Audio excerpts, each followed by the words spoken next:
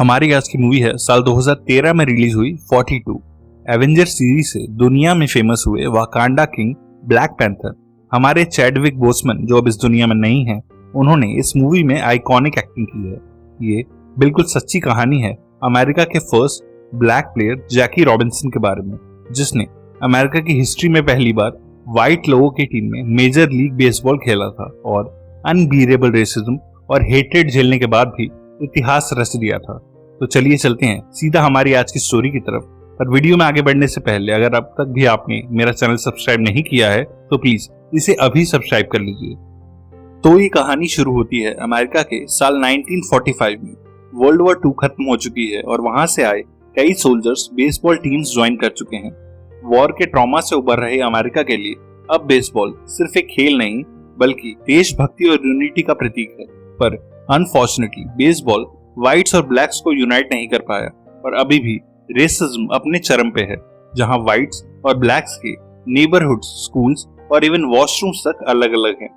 Baseball का game भी दो हिस्सों में डिवाइडेड है, जहां ब्लैक्स नीग्रो लीग में खेलते हैं वहीं व्हाइट्स मेजर लीग में। पर 1945 में एक आदमी इस गेम को हमेशा के लिए बदलने वाला था, क्योंकि ये पहली बार एक ब्लैक आदमी को व्हाइट्स की मेजर लीग टीम का हिस्सा बनाने वाला है। इस आदमी का नाम है रिकी, जो एक बेसबॉल प्लेयर नहीं बल्कि एक बिजनेसमैन है जो अमेरिका की 3 बड़ी बेसबॉल की मेजर लीग टीम का मालिक है।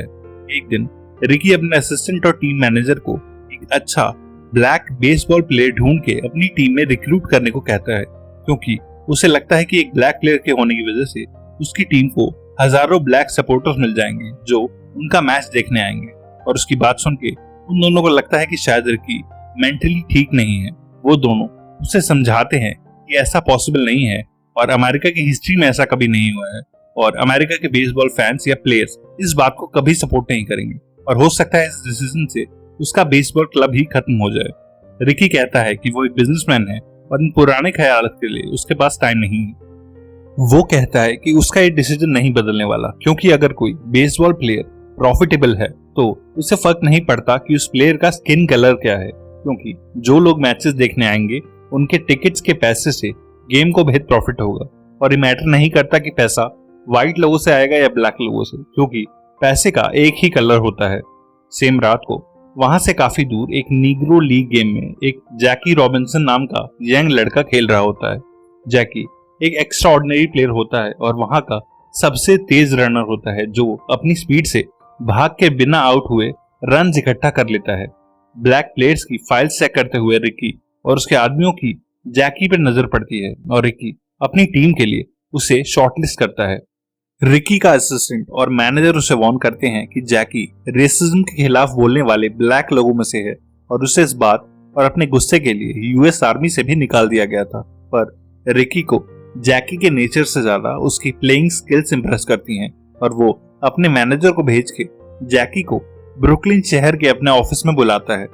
रिकी जैकी को मॉन्ट्रियल रॉयल्स नाम की एक टीम में एक पोजीशन ऑफर करता है और कहता है कि अगर उसने अच्छा परफॉर्म किया तो वो मेजर लीग में ब्रुकलिन डॉजर्स की तरफ से खेलेगा और ऐसा करने वाला वो पहला अफ्रीकन अमेरिकन बनेगा। रिकी उसे $600 मंथली और $3000 का साइनिंग बोनस भी ऑफर करता है, पर वो उसे वार्न करता है कि उसे अब और भी ज्यादा डिस्क्रिमिनेशन फेस करना पड़ सकता है। पर अगर उसने कभी भी अपना टेम्पर लूज किया या ठीक से गेम में परफॉर्म नहीं किया तो वो उसे निकाल देंगे। जैकी रिकी की सभी टर्म्स के लिए मान जाता है और क्योंकि अब वो अच्छा अर्न करने लगता है इसलिए वो अपनी गर्लफ्रेंड रेचल से शादी कर लेता है और कुछ दिन बाद टीम ज्वाइन करने के लिए फ्लोरिडा आ जाता है, जहां उसे रिकी का भेजा हुआ स्मिथ नाम का एक आदमी मिलता है। उन दिनों ब्लैक लोगों को बड़े होटल्स में एंटर करने की परमिशन नहीं हुआ करती थी, इसलिए स्मिथ जैकी के लिए एक घर अरेंज करता है ताकि वो यहाँ से अपनी टीम प्रैक्टिस पे जा पाए। प्रैक्टिस के पहले ही दिन टीम का कोच जैकी परफॉर्मेंस से इम्प्रेस होने के बजाय रिकी को सलाह देता है कि उसे इन ब्लैक लोगों से दूर और संभल के रहना चाहिए। रिकी कोच को वार्न करता है कि ग्राउंड पे अगर उसने कभी भी जैकी को ब्लैक होने की वजह से अनफेयर ट्रीट किया तो वो उसे नौकरी से निकाल के टीम के लिए एक नया कोच अपॉइंट कर लेगा। कुछ दिनों बाद जैकी अपना पहला मैच खेलता है जो रिकी की ओन्ड 2 टीम्स के बीच में होता है।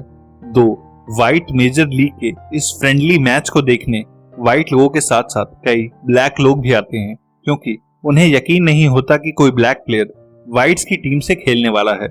पूरे मैच के दौरान ऑडियंस में से व्हाइट लोग जैकी को रेसिस्ट रिमार्क्स मारते हैं और गालियां देते हैं, पर जैकी अपना फोकस लूज नहीं करता और बिना बॉल हिट करे सेकंड से थर्ड और थर्ड से फोर्थ बेस भागता है। और जैकी की स्पीड से गेम के फील्डर्स और बॉलर्स परेशान हो जाते हैं और पूरी जान लगाने के बाद भी उसे रन आउट नहीं कर पाते। और अपनी परफॉर्मेंस से जैकी अपनी टीम को अकेले ही वो मैच जितवा देता है। और ब्लैक लोगों के साथ साथ अब व्हाइट ऑडियंस भी जैकी से बेहद इंप्रेस होते हैं और टीम का कोच भी ये समझ जाता है कि जैकी एक कमाल का बेसबॉल प्लेयर है। एक रात को जब जैकी स्मिथ के घर सो रहा होता है और स्मिथ अपने नेबर के साथ बाहर पैशियो पे बैठा होता है, तब एक बूढ़ा व्हाइट आदमी वहां आता है और स्मिथ से कहता है कि शहर के लोगों को इस बात से काफी गुस्सा है कि एक ब्लैक लड़का व्हाइट्स के साथ खेल के हीरो बन रहा है और उस प्लेयर और इस घर पे अटैक करने के लिए कई लोग इकट्ठा हो रहे हैं। स्मिथ जैकी को नींद से जगा के उस शहर से फौरन बाहर निकलता है और उस रात जैकी एक बड़ी वॉयलेंस का शिकार बनने से बच जाता है। रिकी जैकी से एक खाली स्टेडियम में मिलता है और कल रात के लिए उससे माफी मांगता है और कहता है कि सभी व्हाइट लोगों की सोच उसे हेट करने की नहीं है और उसे ये भी समझाता है कि जैसे जैसे जैकी का नाम फेमस होगा वैसे ही ये थ्रेट्स और रेसिज्म भी बढ़ेगा, पर उसे यहाँ हार नहीं माननी और मेजर लीग टीम में अपनी जगह बनानी है। जैकी ब्लैक टीनेजर्स और यूथ के लिए अब तक एक हीरो बन चुका होता है और वो जब अपनी नेक्स्ट मैच के लिए ट्रेन बोर्ड कर रहा होता है तब वहाँ उसके कुछ फैंस आते हैं और जैकी वहाँ एक बच्चे को अपनी साइन करी एक बेसबॉल दे देता है। जैकी की वाइफ रेचल प्रेग्नेंट होती है और कुछ टाइम बाद जैकी एक फादर बन जाता है और जैकी इस बीच मॉन्ट्रियल रॉयल्स को एक के बाद एक मैच जितवाने लगता है और अब उसकी लाइफ बदलने लगती है और उसे और फेम मिलती है। एंड अब इवन कुछ व्हाइट लोग भी आके जैकी को उसकी अच्छी गेम्स के लिए अप्रिशिएट करने लगते हैं। जल्द ही ऑफिशियली जैकी को रिकी की major league team Brooklyn Dodgers में शामिल कर लिया जाता है और फॉर्मली जैकी एक major league baseball team join करने वाला पहला अफ्रीकन अमेरिकन बनता है। ब्रुकलिन डॉजर्स के कई प्लेयर भी जैकी से हाथ मिलाते हैं और उस दिन फर्स्ट डे लॉकर रूम में जैकी को अपनी टीम यूनिफॉर्म मिलती है और उसकी जर्सी का नंबर 42 होता है। इस टीम के कई प्लेयर्स जैकी को ब्लैक होने की वजह से हेट भी करते हैं और वो ग्रुप बना के ये डिसाइड कर लेते हैं कि वो जैकी के साथ नहीं खेलने वाले और साथ ही बाकी प्लेयर्स के भी एक पिटीशन साइन करवाने लगते हैं। रिकी को भी इस बात का पता चल जाता है और वो ब्रुकलिन डॉजर्स के कोच को देर रात फोन करके अपनी टीम को कंट्रोल में रखने को कहता है। टीम कोच रात को ही सारे प्लेयर्स को होटल की किचन में बुलवाता है और कहता है कि जैकी की परफॉर्मेंस में कोई कमी नहीं है और हम सबको उसके साथ मिलके खेलना है, जिसपे टीम के कुछ प्लेयर्स कहते हैं कि उन्हें एक ब्लैक प्लेयर के साथ खेलने में शर्म आती है और उनके फ्रेंड्स और फैमिली वाले उनका इस बात को लेकर बेहद मजाक उड़ाएंगे और उन्हें शर्मिंदा करेंगे। कोच ये रिप्लाई सुन के गुस्से में आ जाता है और कहता है कि उसे फर्क नहीं पड़ता कि किसी का फ्रेंड, फैमिली या देश का प्रेसिडेंट क्या सोचता है या जैकी का स्किन कलर ब्लैक या ब्लू है, उसे बस इस टीम को वर्ल्ड सीरीज जितानी है और अगर इस काम के लिए जैकी एक सूटेबल प्लेयर है तो जैकी टीम में ही रहेगा और पूरी टीम का मुंह बंद हो जाता है। नेक्स्ट मॉर्निंग एक प्लेयर रिकी से उसके ऑफिस में जाके मिलता है और कहता है कि अगर जैकी इस टीम से खेलेगा तो वो इस टीम से रिजाइन कर देगा, पर रिकी इस धमकी से नहीं डरता और उस प्लेयर से कहता है कि वो जब चाहे अपना रेजिग्नेशन दे सकता है। ब्रुकलिन डॉजर्स के नेक्स्ट मैच में सबकी निगाहें बस जर्सी नंबर 42 पे ही होती हैं और पहली बार Jackie as a formal team member ground में एंटर करता है और उसके फैंस खुशी से पागल हो जाते हैं। पर सेम ही मैच में एक पुलिस वाला जैकी को अरेस्ट करने की धमकी देता है और एक रेसिस्ट रेफरी जैकी को चीट करने के लिए फाउल देके ग्राउंड से बाहर भेज देता है और टीम वो मैच हार जाती है। जैकी को ऑडियंस से गालियां सुनने की आदत होती है, पर नेक्स्ट मैच में उनकी ओपोनेंट फिलाडेल्फिया टीम का एक कोच बेन जैकी के ठीक पीछे खड़े होकर उसे गालियां देने लगता है और अपने टीम के बॉलर को जैकी के मुंह पे बॉल मारने का सिग्नल करता है। जैकी डॉज करके बच जाता है, पर वो कोच वहां नहीं रुकता और जैकी को बेहद फाउल और रेसिस्ट रिमार्क करता है। उसकी बातें इतनी गंदी होती हैं कि जैकी भी उनसे इफेक्ट होने लगता है और बॉल हिट नहीं कर पाता। 3 अनसक्सेसफुल हिट्स के बाद जैकी हार मान लेता है और वो कोच उसे ग्राउंड से निकल के अफ्रीका के जंगलों में जाने के लिए कहता है, पर अब ये इंसल्ट उससे बर्दाश्त नहीं हो रही होती और उसका मन करता है कि वो उस कोच को जान से मार दे। जैकी बेहद मुश्किल से खुद को कंट्रोल करके हॉलवे में आ जाता है और गुस्से में अपना बेसबॉल बैट दीवार पे मार के तोड़ देता है और चिल्ला के रोने लगता है। रिकी भी वहां आता है, पर जैकी कहता है कि उसे उसकी कोई बात नहीं सुननी और अब अगर किसी ने भी उसे गाली दी तो शायद वो कुछ गलत कर बैठेगा। जैकी मेंटली टूट रहा होता है और रोते हुए कहता है कि वो इस अनफेयर गेम का पार्ट नहीं बनना चाहता और उसे बस अपने घर जाना है। रिकी उससे कहता है कि ये सब यही चाहते हैं और अगर आज उसने फाइट बैक किया तो लोग उसे एक वॉयलेंट ब्लैक मैन कह के हमेशा के लिए यहाँ से निकाल देंगे, पर अगर आज वो ये इंसल्ट झेल जाता है तो एक दौर ऐसा आएगा जब जैकी जैसे कई डिजर्विंग ब्लैक बच्चे पूरी आज़ादी के साथ यहाँ खेल पाएंगे और ये गालियाँ एक दिन तालियों में बदल जाएगी। अगर तुझे उस कोच को जवाब ही देना है तो अपनी गेम से दे। जैकी ग्राउंड पे वापस आता है और वो कोच फिर से जैकी के पास आके और ज्यादा जोर से उससे गालियां देने लगता है, पर तभी जैकी की टीम से एक प्लेयर उठ के उस कोच के सामने आ जाता है और उस कोच को चुप होने के लिए बोलता है। लड़ाई का माहौल देख के रेफरी उन दोनों को अलग करता है और अपने सपोर्ट में पहली बार उठी एक आवाज को सुन के जैकी में भी फिर से हिम्मत आ जाती है। इस बार जैकी बॉल भी हिट करता है और तेज भाग के होम रन भी लेता है और जैकी की परफॉर्मेंस देख के बेन नाम के उस कोच का मुंह बंद हो जाता है। जैकी की शानदार जीत के बाद वहां मौजूद मीडिया वाले बेन की हरकतों के बारे में स्पोर्ट्स न्यूज में छाप देते हैं और फिलाडेल्फिया टीम की न्यूज में काफी बदनामी होती है, जिसके बाद उस टीम का ओनर तुरंत उस कोच को जैकी से माफी मांगने के लिए कहता है। जब जैकी को पता चलता है कि बेन उसे अपोलोजाइज करना चाहता है तब वो उसे मीडिया के सामने ग्राउंड में माफी मांगने को कहता है और अपनी नौकरी बनाए रखने के लिए बेन को रिपोर्टर्स के सामने जैकी से माफी मांग के फोटो खिंचवानी पड़ती है। टीम छोड़ के गया वो पुराना प्लेयर भी वापस आ जाता है और रिकी से अपने रेसिस्ट बिहेवियर के लिए माफी मांगता है।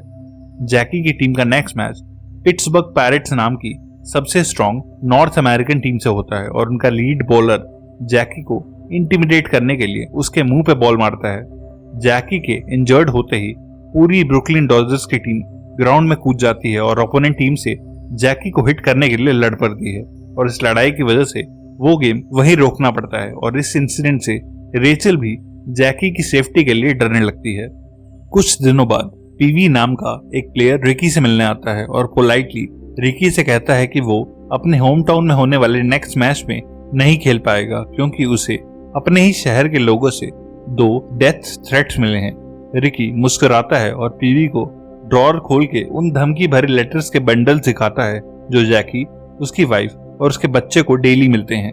उन लेटर्स को पढ़ के वो एम्बैरस होता है और उसे जैकी पे बेहद प्राउड फील होता है क्योंकि अपनी जान को इतना खतरा होने के बाद भी जैकी उनकी टीम के लिए बेहद अच्छे से खेल रहा होता है। नेक्स्ट मैच में पीवी के शहर के लोग मैच शुरू होते ही जैकी को इंसल्ट करके गालियां देने लगते हैं और ये देख के पीवी उसके पास आता है और उसे बेवजह पहले हेट करने के लिए माफी मांगता है और कहता है कि ऑडियंस के रेसिस्ट रिमार्क्स को बिल्कुल सीरियसली ना ले। जैकी को कंफर्टेबल फील करवाने के लिए पीवी सबके सामने उसके साथ खड़ा होकर उसके कंधे पे हाथ रखता है ताकि उसके शहर में सब ये जान लें कि जैकी भी ब्रुकलिन डॉजर्स का एक इम्पोर्टेंट पार्ट है। मैच कंटिन्यू होता है और जैकी हमेशा की तरह अच्छे रन स्कोर करता है और जब ओपोनेंट टीम की बैटिंग आती है तब फील्डिंग करते हुए जैकी के पैर में एक बैट्समैन भागते हुए अपने जूते के स्पाइक्स घुसा देता है। जैकी अनबियरेबल दर्द में भी वापस उठ के खड़ा हो जाता है ताकि रेफरी उसे गेम से बाहर न कर पाए और उनकी टीम अमेरिकन हिस्ट्री में पहली बार वर्ल्ड सीरीज के फाइनल में एंटर कर जाती है। अपने पैर के जख्म का ट्रीटमेंट करवाते हुए रिकी जैकी से मिलने आता है और जैकी उससे पूछता है कि अगर वो चाहे तो एक से बढ़कर एक वाइट प्लेयर को खरीद सकता है, फिर क्यों रिकी ने एक ब्लैक आदमी को पहली बार ये मौका दिया। रिकी कहता है कि बिजनेसमैन बनने से पहले वो खुद भी एक बेसबॉल प्लेयर था और उसे आज भी याद है कि अपने कॉलेज के दिनों में एक अच्छे ब्लैक प्लेयर को सिर्फ उसकी स्किन कलर की वजह से ग्राउंड पे आने नहीं दिया गया।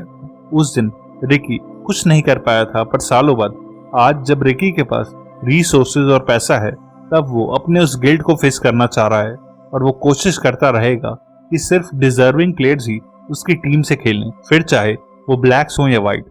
रिकी की ये बात सुन के जैकी की उसके लिए रिस्पेक्ट और भी बढ़ जाती है और ठीक होके जैकी ब्रुकलिन डॉजर्स के लिए और भी कई मैचेस जीतता है। अब स्टेडियम में व्हाइट्स और ब्लैक्स दोनों ही एथनिसिटी के बच्चे उसके फैंस बन जाते हैं और अब जैकी उस सेम पिट्सबर्ग पायरेट के बॉलर को फेस करता है जिसने उसके मुंह पे बॉल मारी थी।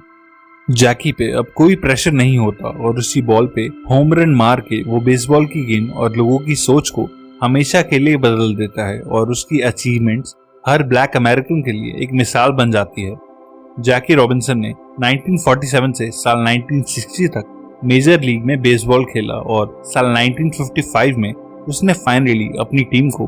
वर्ल्ड सीरीज का टाइटल जिता ही दिया।